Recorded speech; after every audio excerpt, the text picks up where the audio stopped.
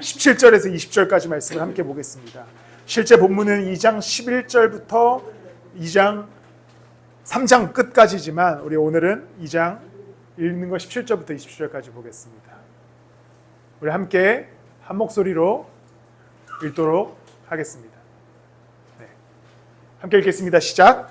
이렇게 돌아보고 난 다음에 나는 비로소 관리들에게 말하였다. 여러분이 아는 바와 같이 우리는 지금 어려움에 빠져 있습니다. 예루살렘은 폐허가 되고 성문을 닫았습니다. 이제 예루살렘 성벽을 다시 쌓읍시다. 남에게 이런 수모를 받는 일이 다시는 없어야 할 것입니다. 나는 또한 나의 하나님이 선하신 손길로 나를 잘 보살펴 주시니가 왕이 나에게 한 말을 그들에게 말하였다. 그랬더니 그들은 공사를 시작하겠다고 나에게 다짐하였고 힘을 내어 기꺼이 그 보람 있는 일을 시작하였다. 그러나 이 일이 호론 사람 산발랏과 종노릇을 암몬 사람 도비아와 아랍 사람 게셈에게 알렸으니 그들은 우리에게로 와서 당신들은 지금 무슨 일을 하고 있는 거요? 왕에게 반역이라도 하겠다는 것이요 하면서 우리를 업신여기고 비웃었다. 내가 나서서 그들에게 대답하였다. 하늘의 하나님이 우리를 위하여 이 일을 꼭 이루어 주실 것이요 성벽을 다시 쌓는 일은 그분의 종인 우리가 해야 할 일이요 예루살렘에서는 당신들이 장의 권리도 기억할 만한 전통도 없어. 아멘. 오늘은 느헤미야 두 번째 시간입니다. 지난주에 이야기를 기억하고 계시겠지요. 느헤미야가 페르시아의 술 맡은 관원으로서 총리급 역할을 하다가 이스라엘의 소식을 듣습니다. 이스라엘이 무너졌다. 이스라엘이 성벽이 불타고 있다. 그래서 느헤미야가 지난주에 기도하고 왕에게 부름을 받아서 이제 예루살렘으로 돌아가게 됩니다. 그리고 2장 11절부터 어떤 내용이 나오냐면 느헤미야가 짐승을 한 마리 타고 무슨 짐승이었는지는 기록되지 않아요. 아마 말이거나 낙타거나를 타고 성벽을 시찰합니다. 성벽을 한 바퀴 쭉 돌고 나와요. 그러니까 성벽이 무너져 있는 장면이 느헤미야 눈앞에 목격됩니다. 그래서 어떤 재밌는 성경 말씀이 기록되냐면 막 짐승을 타고 갔다. 근데 더 이상 짐승을 타고 갈 곳이 없었다. 갈 수가 없었다. 그래서 나는 짐승에서 내려서 걸어서 거기를 다 구경했다. 이렇게 기록됩니다. 그래서 성벽 시찰을 마치고 2장 11절부터 16절 말씀까지 성벽 시찰을 마친 느헤미야가 이스라엘의 관리들을 찾아갑니다. 그리고 나서 2장 17절부터 3장까지는 관리들을 독려하고 이스라엘 백성들에게 힘을 내어서 우리 성벽을 재건하자. 그래서 성벽을 재건하는 이야기가 3장 끝까지 기록됩니다. 대충 이런 모습이지 않았을까?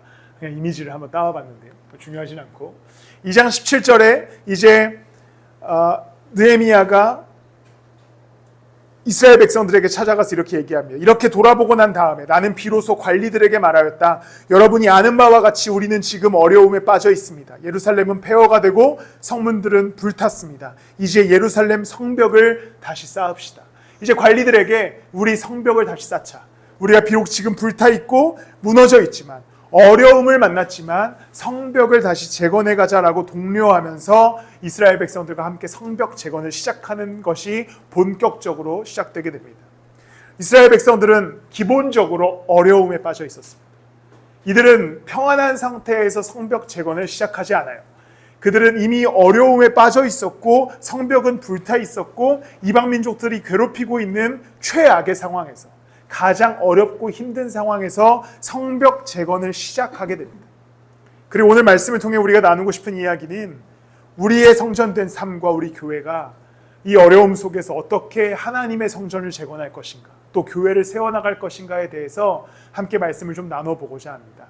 느헤미야가 이스라엘 백성들에게 하는 이야기를 통해 우리는 왜 성벽을, 하나님의 성전을 재건해야 하고 또 우리의 성전 재건은 어떠한 효과, 어떠한 영향력으로 우리에게 다가오는지에 대해서 말씀을 나누어 보고자 합니다.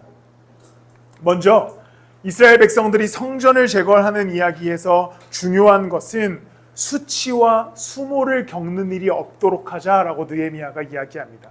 17장 후반부에 보면 남에게 이런 수모를 받는 일이 다시는 없어야 할 것입니다. 개역개정판에 보면 수치를 당하는 일이 없어야 될 것입니다 라고 기록합니다. 어려움을 겪고 있었던 이스라엘 백성에게 성전을 재건하자, 우리가 이제 다시 성벽을 세우자라고 이야기하면서 이 백성들에게 이야기하는 것이 우리가 더 이상 수치를 당하지 말자, 수모를 당하지 말자 라고 얘기하면서 성벽을 다시 재건하자 라고 얘기합니다.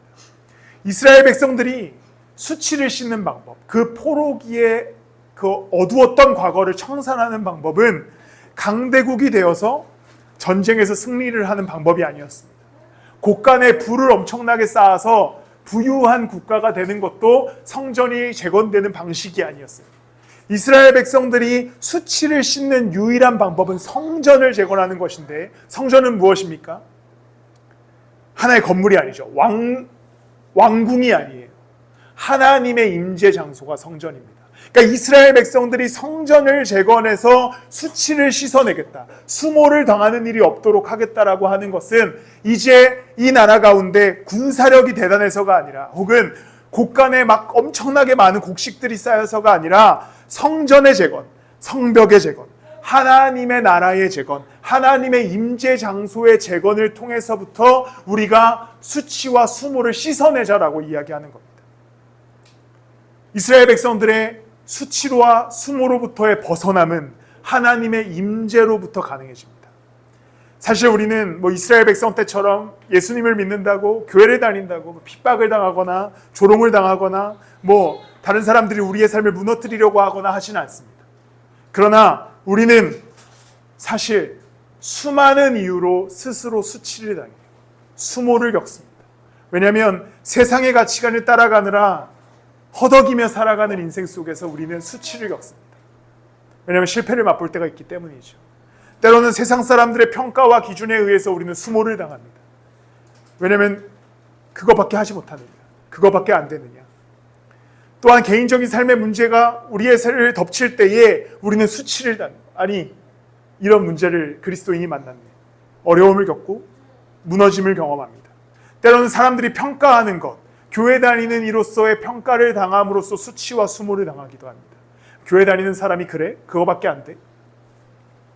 그런데 이 수치와 수모를 극복하는 방법은 하나님의 성전이 되는 수밖에 없습니다. 온전한 예수 그리스도의 임재, 성령의 전이 내 삶이 될 때에만 이 수치와 수모를 극복할 수 있어요. 세상의 성공이 수치의 극복이 가져다 주지 않습니다. 우리가 어떠한 삶의 기준에 대단한 것을 이룬다 할지라도 우리는 계속해서 세상의 수치와 수모 앞에 무너질 수밖에 없는 인생입니다. 그러나 이스라엘 백성들이 이 수치를 극복하기 위해서 성전을 세웠듯이, 하나님의 임재 장소를 재건했듯이, 우리가 이 땅을 자부심을 갖고 담대함을 갖고 독수리와 같이 살아갈 수 있는 방법은 우리도 하나님의 성전, 내 안에 성령의 전을 재건하는 수밖에 없습니다. 성령과 함께 동행하고 하나님과 함께 걸어가고 예수 그리스도의 말씀을 따라 살아가는 것만이 유일하게 세상의 수치와 수모를 이겨낼 수 있는 방법. 또 하나, 우리가 수치와 수모를 당하는 것은 죄의 문제 때문에 수치와 수모를 당합니다. 하나님을 떠나요. 하나님과 멀리 떠남으로써 우리는 평안한 것 같이 느끼나 사실은 수치를 당해요. 하나님에게서 멀어지는 수모를 당합니다. 그러면서 우리는 점점 하나님에게서 멀어지고, 점점 우리는 세상의 가치관에 지배당하고, 세상의 이야기에 무너지고, 그 논리에 그들의 이야기에 가득 차워서 하나님을 떠나게 됩니다. 하나님을 점점 멀리 떠나는 수치를 경험해요. 근데 이게 문제가 뭔지 아십니까? 수치인지도 모른다는 거예요. 내가 하나님에게서 멀리 떠나는데 그게 수치인지도 몰라요. 그게 수모인지도 모릅니다. 그냥 떠나요. 그리고 나서 하나님을 잃어버립니다. 그러나 사실 그것은 돌이키고 나면 엄청난 수치와 수모이죠. 죄에 의해서 우리는 억눌림을 당하고 세상에 의해서 우리는 완전한 무너짐을 당하는 수치와 수모입니다. 그런 우리가 재건하는 방법은 성전과 성벽을 세우는 겁니다. 이것은 하나님의 임재 장소이죠. 말씀으로 나의 삶을 다시 세우고 예배를 회복함으로 다시 하나님의 임재 장소가 내 인생이 되기를 바라고, 그래서 세상 속에서 내가 수치와 수모를 당하는 인생이 아니라 하나님과 동행함으로 영광을 누리는 인생, 그분의 자녀됨으로 왕의 신분을 누리는 인생을 살아가시길 소망합니다. 결코 세상의 허덕이다, 수치와 수모를 당하는 삶을 살지 않으시길 바랍니다. 죄의 문제에 빠져 세상의 수치의 수모와 그것을 겪는 여러분들이 되시지 않으시기를 바랍니다. 오직 예수 그리스도의 임재, 그분의 말씀, 세세토록 영원한 그분의 빛 아래에서 영광을 누리시는 여러분들이 되시길 바랍니다. 또한 우리가 교회를 세우는 이유도 마찬가지로 수치와 수모를 벗어나기 위해서입니다. 한국교회가 세상의 논리와 세상의 가치관과 세상의 이야기에 잠식되어서 수많은 수치와 수모를 당하고 있습니다. 조롱거리가 되었죠. 비웃음거리가 되었습니다. 이때 우리가 교회를 어떤 방식으로 세워야 되겠습니까? 교회는 오직 예수 그리스도가 머리 되시고 예수님의 임재 장소가 되고 하나님의 말씀을 따라가는 교회가 되어야만 우리 교회도 수치와 수모를 극복할 수 있습니다. 새로운 시스템을 갖춘다고 해서 좋은 프로그램을 갖고 온다고 해서 교회가 수치를 극복할 수 없어요. 일시적입니다. 교회가 유일하게 수치와 수모를 극복하는 방법, 우리의 인생과 마찬가지로 하나님의 임재 장소가 되면 됩니다. 하나님의 살아있는 말씀이 선포되면 됩니다. 그 이상도 이하도 필요가 없어요. 우리의 인생도 이 교회도 모든 것도 어떠한 것도 기준점이 되지 않고 오직 살아있는 하나님의 말씀과 성령의 임재가 여러분들의 삶 가운데 있어서 삶이 회복되기를 축복합니다. 또한 우리 교회 가운데도 오직 예수님의 말씀만이 살아 숨쉬어서 교회가 회복되기를 예수 그리스도의 이름으로 축복합니다. 두 번째로 느헤미야는 성벽을 재건해 나가면서 선한 일을 바라보기 시작합니다. 17절에 이제 아까 얘기한 것처럼 수모와 수치를 당하지 말고 우리가 성벽을 재건하자라고 얘기합니다. 그리고서 18절 후반부에 보면 힘을 내어 이스라엘 백성들이 기꺼이 보람 있는 일을 시작하였다. 근데 사실 이것은 아마 개역개정 표현이 더 좋은 것 같습니다. 선한 일을 시작하였다라고 기록됩니다. 이스라엘 백성들은 이방인들이 찾아와서 시비를 겁니다. 야, 너네 지금 무슨 일 하고 있는 거냐? 왕한테 허락은 맡았냐? 이러면서 계속해서 이스라엘 백성들에게 이방인들이 찾아와서 조롱합니다. 너네 괜찮아? 왕한테 허락 받았어? 이거 우리 이 페르시아 왕한테 허락 받고 하는 일이야? 그러자 이 상황 가운데 느헤미야가 나서서 대답하죠. 우리 20절 말씀을 한 목소리로 함께 읽도록 하겠습니다. 시작.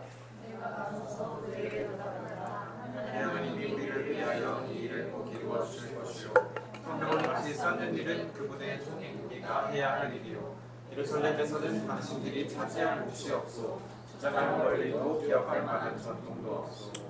이 말씀을 한번 잘 보면요, 성벽을 쌓는 일은 누가 합니까? 그분의 종인 우리가 해야 할 일. 성벽을 쌓는 일은 우리가 해야 할 일인 건 맞습니다. 근데 이 일을 누가 이룹니까? 하나님이 우리를 위하여 이 일을 꼭 이루어 주실 것이요. 성벽은 누가 쌓아요? 이스라엘 백성들이 쌓습니다. 그런데 이 일은 누가 이루어갑니까? 하나님이 이루어가는 것이죠. 이것은 엄청나게 큰 차이를 갖고 있습니다. 이 앞에 이방인들은 이스라엘 백성들을 조롱합니다. 너네 왕의 허락을 받았냐? 세상의 왕의 허락을 받았냐? 그런데 이스라엘 백성들은, 느헤미야는 세상의 왕의 허락 따위는 중요하지 않죠. 왜냐하면 이 일은, 이 선한 일은 하나님이 이루어 가시는 일이기 때문입니다. 자신들이 이루어가는 게 아니에요. 자신들의 힘으로 하는 게 아닙니다. 성벽 자체는 물리적으로 자신들이 쌓아가는 것이지만 결과적으로 하나님의 임재 장소를 이루시는 분은 하나님이시기 때문에 이제 이스라엘 백성들이 해야 했던 일은 그 하나님을 신뢰하고 그분을 의지하여서 그분의 임재 장소를 재건하는 일입니다. 때로는 우리를 무너뜨리는 논리들을 세상이 갖고 나옵니다. 이거 맞아? 너네 이거 맞아? 이거 세상에 이런 가치관 없어도 제대로 살아갈 수 있어? 이 세상에 기준점 없어도 너네 열심히 살 수 있겠어? 성공할 수 있겠어?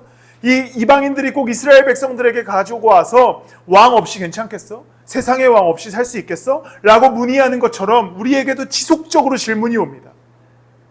그런데 느헤미야가 그들에게 이렇게 얘기하죠. 당신들이 차지할 몫이 없어. 주장할 권리도, 기억할 만한 전통도 없어. 너네 아무것도 아니야. 니네 왕? 그거 아무것도 아니야. 주장할 권리도 없어. 세상의 왕인데.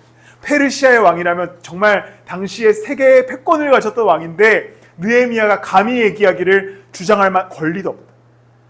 왜냐하면 이곳은 하나님의 임재 장소이기 때문에 그렇게 얘기하는 것이죠. 여러분들의 삶에 어떠한 세상 가치도 주장할 몫이 없습니다. 권리가 없어요. 왜냐하면 여러분들은 그 피로 구원받은 하나님의 자녀이기 때문입니다. 빌립보서 1장 6절에 이렇게 기록됩니다. 선한 일을 여러분 가운데서 시작하신 분께서 그리스도 예수의 날까지 그 일을 완성하시리라고 나는 확신합니다. 예수 그리스도께서 일을 이루실 겁니다. 왜냐하면 여러분들을 구원하셨기 때문입니다. 때로는 여러분들을 무너뜨리려고 하는 세상의 이야기들과 논리들이 여러분들을 잠식한다 할지라도 담대함을 가지십시오. 여러분 가운데 일을 시작하신 예수 그리스도께서 완성하실 겁니다. 우리는 그리스도를 믿는 믿음으로 살아가기만 하면 돼요. 왜냐하면 이 성벽을 이스라엘 백성들이 쌓지만 일을 이루시는 분은 하나님이시기에 우리는 그저 예수 그리스도를 믿는 믿음으로 나의 작은 인생을 걸어가기만 하면 됩니다. 왜냐하면 선한 일은 예수님께서 이루실 것이기 때문이에요. 그러니 그리스도를 신뢰함으로 여러분들의 인생을 걸어가십시오. 그러면 때때로 하나님이 일하시는 일하심을 보고 우리가 놀라 자빠질 줄을 믿습니다. 세상에 엄포가 있을 거예요. 조롱과 핍박이 있을 겁니다. 야, 예수님의 가치가 무슨 가치냐? 서로 사랑하라는 가치가 무슨 가치야? 우리에게 조롱과 핍박을 가지고 올 수도 있습니다. 그러나 우리가 어떠한 인생의 중요한 걸음을 옮길 때, 무엇을 결정할 때, 그때 수치와 압박이 있고 조롱과 핍박이 있어도 그리스도의 가치를 선택할 때 그때부터 그 일은 누가 이루냐고요? 하나님이 이루시기 때문에 가장 선한 일이 우리의 각자의 인생 가운데 완성되게 될 것입니다. 그 하나님을 신뢰함으로 걸어가십시오. 우리 교회도 뭐 세상의 기준대로라면 많은 것들이 있겠죠. 많은 것을 채워 넣어야 할 수도 있습니다. 그러나 우리는 예수 그리스도만 바라봅니다. 비록 지금은 우리가 어둠 가운데 있는 것처럼 보이지만 사실 그렇지도 않잖아요. 우리의 예배가 지금 굉장히 행복하지 않습니까? 오늘 우연히가 와서 얼마나 저는 기쁜지, 사실 그 기쁨을 말로 해도 표현이 안 됩니다. 이거 진심이에요. 우연히가 와서 기뻐요. 다만 또 뭐 민영이도 오늘 왜 안 왔는지 안 오고 이래서 좀 또 마음에 어두움이 있지만 우리가 이 땅을 살아가는 가운데 하나님의 일하심을 같이 교회가 바라봤으면 좋겠습니다. 하나님이 분명히 선한 일을 우리 교회 가운데 시작하셨다는 것을 믿기에 완성하실 줄을 믿습니다. 그렇게 우리가 함께 걸어가는 저와 여러분들이 되시길 축복합니다. 마지막으로 이제 3장의 이야기를 보면요, 이스라엘 백성들이 성벽 재건을 시작합니다. 그리고 나서 우리가 성경을 읽을 때 가장 힘들어하는 그런 류의 이야기가 나와요. 누가 어디서 어떤 성벽을 졌고 누가 어디서 뭘 졌고 뭐 이게 알죠? 레위기를 시작하면 우리가 성경 읽기를 포기하는 것처럼 이제 이 이야기가 시작됩니다. 근데 이 이야기가 굉장히 은혜롭습니다. 이 지도를 잠깐 보시면요, 아주 작은 이스라엘의 성전이에요. 얼마 안 됩니다. 근데 몇 사람들이 이곳에 참여합니까? 이것이 각 지파의 지도자들이거든요. 엄청나게 많은 사람들이 성벽 재건에 참여합니다. 이 사람들의 이름을 보면 그래서 굉장히 다양한 사람들, 심지어 이방인들, 그리고 계급들, 계층들이 모두 참여해요. 제사장들은 1장 22절, 1절, 22절, 28절, 여리고 사람들, 이방인들이죠. 완전 이방인들입니다. 미스바와 기브온 사람들, 이방인들이에요. 전문 노동자들, 여기는 좀 이제 기술이 있으니까 많이 했나 봐요. 8절, 31절, 32절. 그리고 성읍 관리들은 12절, 16절 이렇게 나옵니다. 여인들도 성벽 재건에 참여하고요. 한운과 산호아 사람들, 이방인들이죠. 레위 사람들, 원래 사실 레위 사람들은 보통 노동하지 않기로 유명한데 레위 사람들도 노동에 참여합니다. 성전에서 잡일을 하는 일꾼들도 성벽 재건에 참여해요. 드고아 사람들, 문지기들, 상인들도 원래 성벽 재건을 할 줄 몰랐겠지만 참여합니다. 심지어 느헤미야도 보통 리더면 성벽 재건하십시오 이러고 빠졌을 텐데 16절에 보면 본인도 직접 성벽 재건에 참여합니다. 모두가 다 성벽 재건에 참여해요. 75명의 대표자, 그러니까 대표자만 75명이었어요. 그리고 이들이 성벽의 각 부분을 맡아서 성벽을 세워나갑니다. 어제 아까 잠깐 얘기했지만 밤에 이제 11시에 와서 세팅을 하는데 사랑이가 생각이 났어요. 우리 교회 막내이자 이제 애기인데 사랑이도 이 교회에 와서 예배를 드려야 하고, 예배를 비록 지금 이렇게 알아듣거나 하는 것은 아니지만 그러면서 사랑이 자리가 좀 있어야겠다. 왜냐면 계속 엄마 아빠도 안고 예배 드리는 게 힘들겠고, 그래서 11시에 이제 당근마켓을 깔았습니다. 전 당근마켓을 비록 깔아놓지 않아서 그래서 이제 웬만하면 무료 나눔을 찾아야겠다. 왜냐면 애기 의자들은 무료 나눔이 많이 나오거든요. 그래서 막 다 쪽지를 보냈습니다. 혹시 가능하십니까? 답이 없는 거예요. 아무도. 왜냐면 밤 11시 반이었으니까. 그래서 그리고 나서 이제 제가 원래 하듯이 우리 교회를 위해서 기도하고 집에 가기 전에 혹시나 마지막 남은 한 사람한테 보냈어요. 혹시 지금 거래가 가능하십니까? 그분이 얘기하는 거예요. 지금 필요해요? 그래서 내가 지금은 안 필요한데 내일 급하게 필요합니다. 했더니 오시라고 하더라고요. 그래서 이제 하남시 감일동에 이제 가서 의자를 받아왔습니다. 그러면서 생각한 게 우리의 교회의 성벽을 재건하는데 누구도 빠질 수 없다. 이제 사랑이에게도 임무를 주는 거죠. 야, 사랑아, 너도 교회의 성벽을 재건해야 된다. 이것이 뭐 교회 일을 하라는 게 아니라 하나의 구성원으로서 같이 예배하자는 겁니다. 우리가 이 땅을 살아가면서 하나님의 일을 하는 것, 교회를 세우는 것, 성벽을 재건하는 것은 여러분 모두가 할 일이에요. 각자의 역할이 있어요. 각자의 몫이 있습니다. 10절에 보면 3장 10절에 보면 이런 기록이 나옵니다. 그 다음은 하루마베 아들인 여다야가 보수하였는데 그곳은 바로 자기 집 맞은쪽이었다. 어디 성벽을 재건합니까? 자기 집 맞은편의 성벽을 재건합니다. 22절에 보면 그 다음에 이어지는 부분은 그 구역 안에 사는 제사장들이 보수하였다. 성벽을 재건하는데 어떻게 재건하냐면 그 집 맞은편, 그러니까 어떤 사람이 살고 있어요. 여다야라는 사람이 살고 있는데 그 사람이 살고 있는 집 앞에 성벽은 그 사람이 재건합니다. 제사장들이 살고 있어요. 그 구역에 살고 있는 제사장들이 그곳 성벽을 재건해요. 각자의 영향력이 펼쳐지는 각자의 영역을 재건하기 시작하자 성벽이 한 성벽이 되는 거죠. 완성되기 시작합니다. 이것이 오늘 우리에게 주는 하나님의 말씀은 여러분 각자의 삶의 자리를 하나님의 성전으로 세워가셔야 됩니다. 여러분들이 서로 살아가는 그 구역, 여러분들의 삶의 자리가 있는 그 맞은편, 그곳에 하나님의 임재 장소를 세우기 위해서 노력해야 돼요. 여러분들이 걸어가는 인생의 자리가 하나님의 성벽을 세우는 곳이다라고 하는 믿음을 갖고 살아가십시오. 그 삶들이 모여서 교회를 이룰 때 하나의 성벽이 됩니다.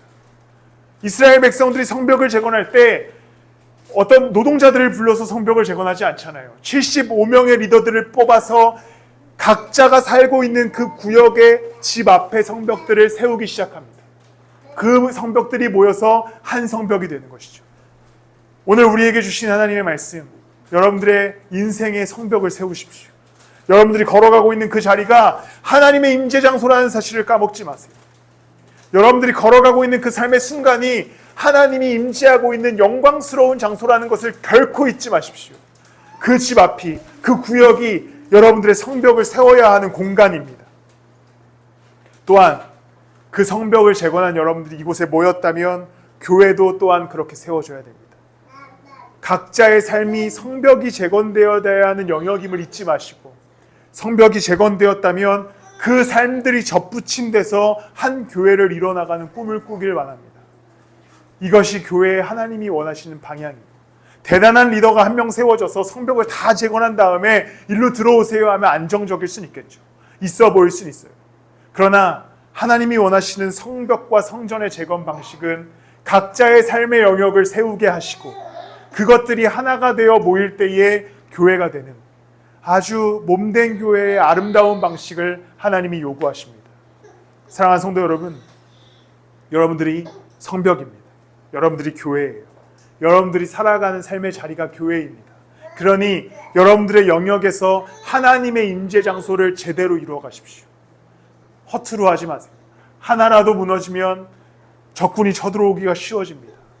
여러분들은 꼭 하나님의 임재 장소가 각 개인임을 믿으시고 제발 이 땅을 살아가는 가운데 하나님을 신뢰하셔서 성벽을 재건해 나가시는 여러분들 되시길 축복합니다. 또한 이곳에 모일 때에 재건된 삶을 가지고 오십시오. 무너진 삶이 있다면 또한 함께 재건해 나가면 되죠. 이곳에 모여서 한 교회를 이뤄갑시다. 그래서 우리가 장소가 지금 중요한 것이 아니라 각자 재건된 삶들이 모여서 교회를 이루는 것이 중요한 우리의 인생 되기를 예수님의 이름으로 축복합니다. 우리 시간 같이 기도하고 싶었는데 우리 같이 손잡고 기도하면 좋겠습니다. 성벽 되는 것처럼 우리 같이 이렇게 원형을 만들든지 좀 부끄럽겠지만 이렇게 한번 만들어 볼까요? 먼저 누군가가 주도해서 일어나서 이렇게 성벽을 만들듯이 이렇게 같이